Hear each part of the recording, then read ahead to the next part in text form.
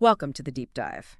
Today, we're getting into a really profound challenge, something that, well, faces any group trying to build something lasting. You handed us some fascinating sources, all focused on one thing: finding and equipping those local leaders who really guarantee a community can endure.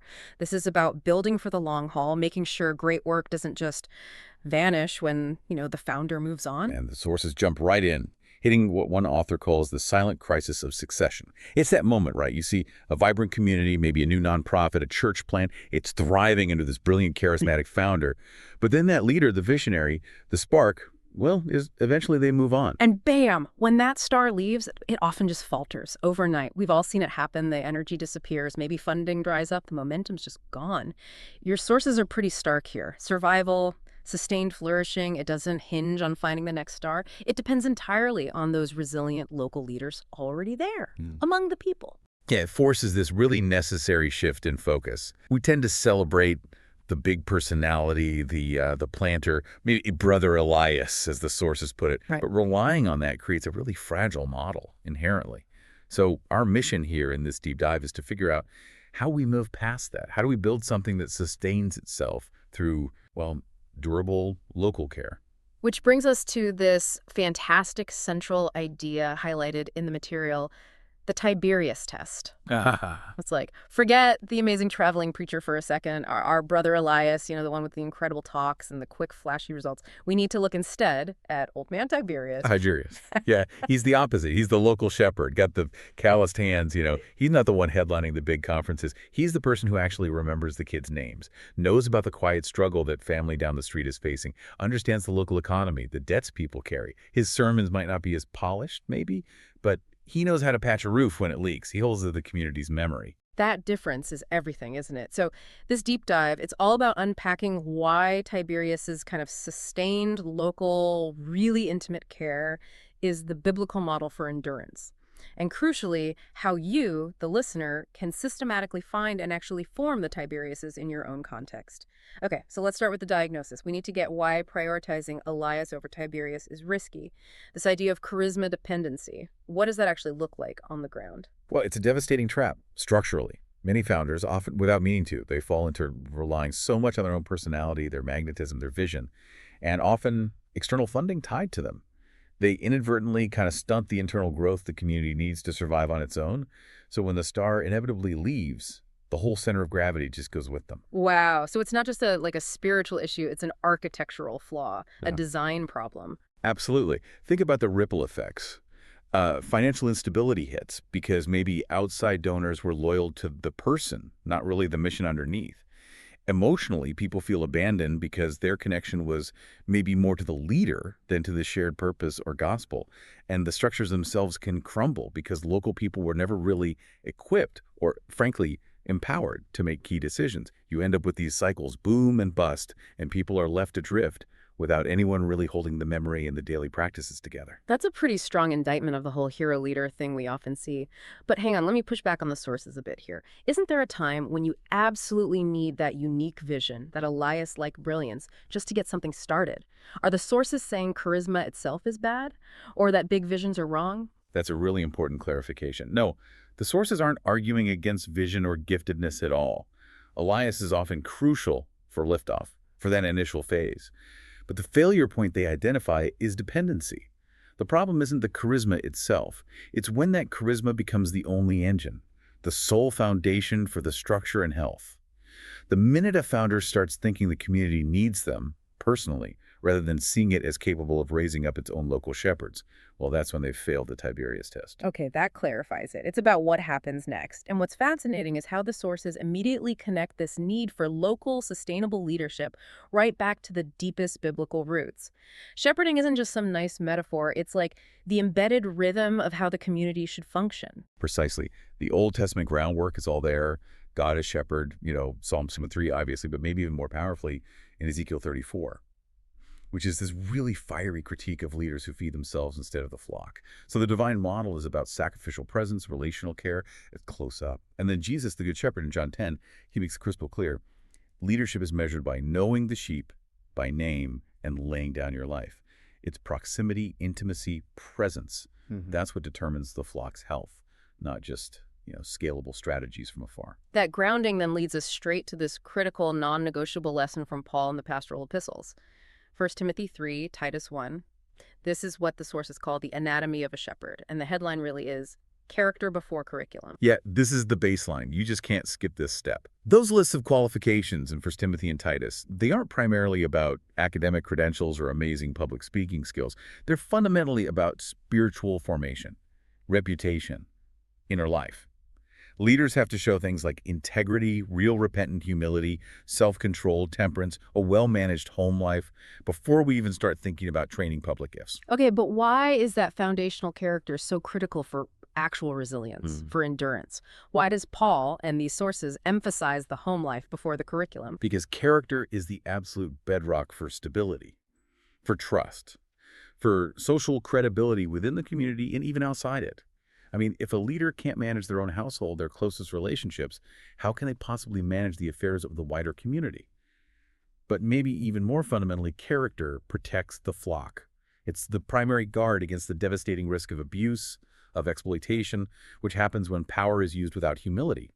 If the local leader's moral life is sound, the community itself is protected. It's more resilient. It can handle the pressures that inevitably come. That makes total sense. The ethical integrity is like the structural integrity. Okay, so if character is the foundation, what are the specific skills we then need to build on top of that to really flesh out this Tiberius model? We need to shift from the why to the how of forming these leaders.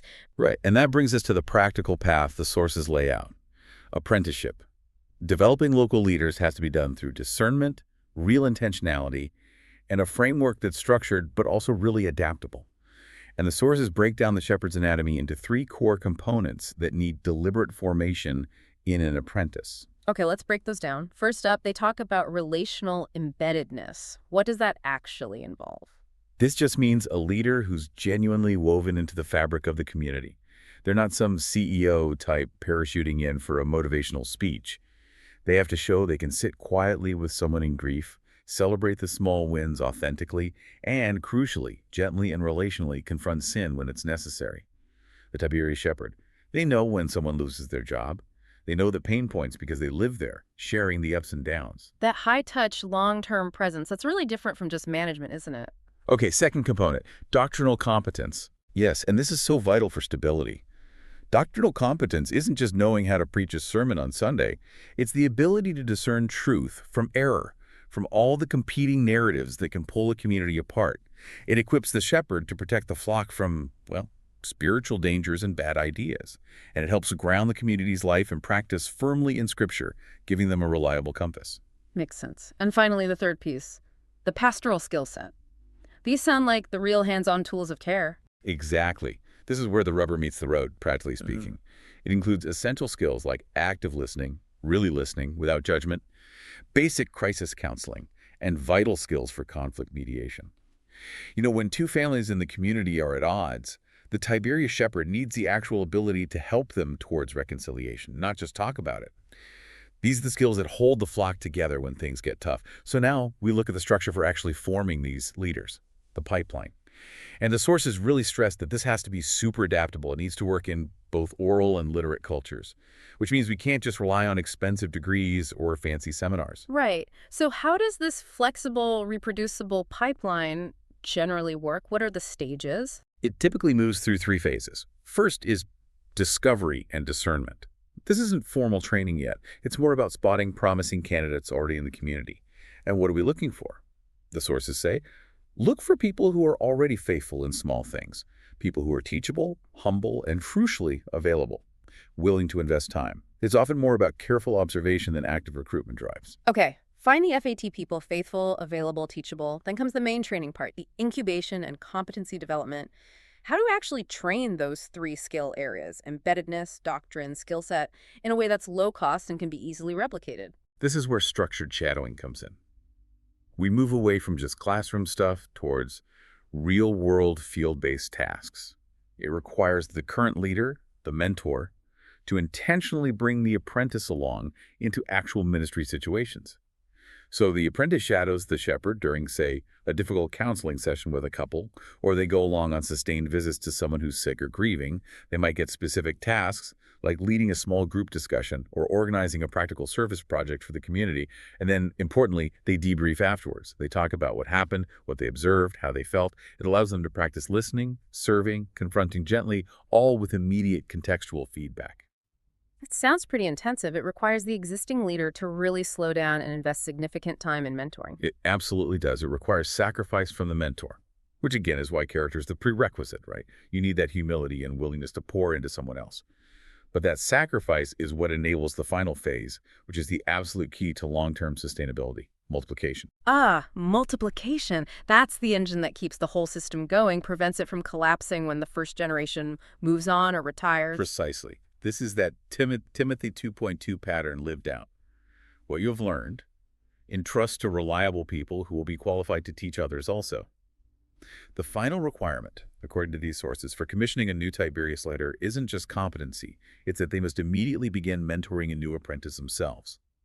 If that newly formed shepherd doesn't start reproducing, the cycle breaks, and you risk sliding right back into that charisma dependency trap. Okay, this is where that contextual wisdom you mentioned becomes so important. If these principles, discernment, mentoring, multiplication, are universal, how does the application change? Say, going from a well-resourced urban center to a really high-risk, maybe persecution-prone, resource-poor rural area. The core principles stay the same. Finding faithful people, being sensitive to the culture, mentoring intentionally. But the methods have to be simple, reproducible, and sometimes very discreet. In cultures that are highly literate, yeah, you might use short readings or simple study guides.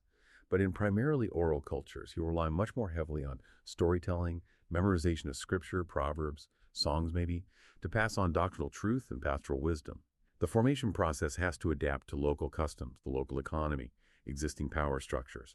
You can't just drop a polished Western seminary syllabus into a context where people's main worry is their next meal or staying safe. It has to be grown in the soil of that specific community, not just imported from outside. Now, as we start to wrap up the practical side, we absolutely have to talk about measuring progress. Because this is tricky, right? This whole process is about character, about relationships. So measuring it isn't straightforward. And the sources give this huge warning. Avoid the temptation, and it is a strong one, to reduce leaders to simplistic numbers. Right, so we're not using those vanity metrics like number of sermons preached or size of budget managed, which would favor the Elias type anyway. What kind of metrics do actually reflect the formation of a durable Tiberius-style shepherd? The focus has to be on qualitative indicators. These are the tangible, lived-out signs that testify to real spiritual formation. We look for evidence, like, are there consistent stories of reconciliation in the community that this leader helps facilitate? When they receive correction from their mentor, is there clear evidence of humility, of teachability? Is there observable consistency in their family responsibilities and their moral life over time? These are the kinds of enduring signs that show character is taking root and is sustainable. Okay, so qualitative leads, but is there any place for quantitative data, Yeah. for numbers? Yes, but sparingly. And strictly as conversation starters, never as like performance tests or ways to rank people. Quantitative indicators can sometimes help assess, maybe bandwidth or commitment levels. For example, you might track the number of sustained, intentional pastoral visits someone makes per month, not just quick hellos, but real visits. That could indicate if they're truly relationally embedded or just busy with programs. Or you might track the number of mentees and apprentices now actively discipling themselves. That indicates if they're fulfilling that multiplication piece. But again, these numbers just open up a conversation. They don't define the person's worth or effectiveness. That balance feels really key. So zooming out, what's the big takeaway here? The core message from these sources seems to be that raising up these local shepherds, these Tiberiuses, it's way more than just a smart sustainability strategy. It's actually presented as a theological duty. It's the practical way a community embodies the self-giving, shepherding character of Christ in its own context.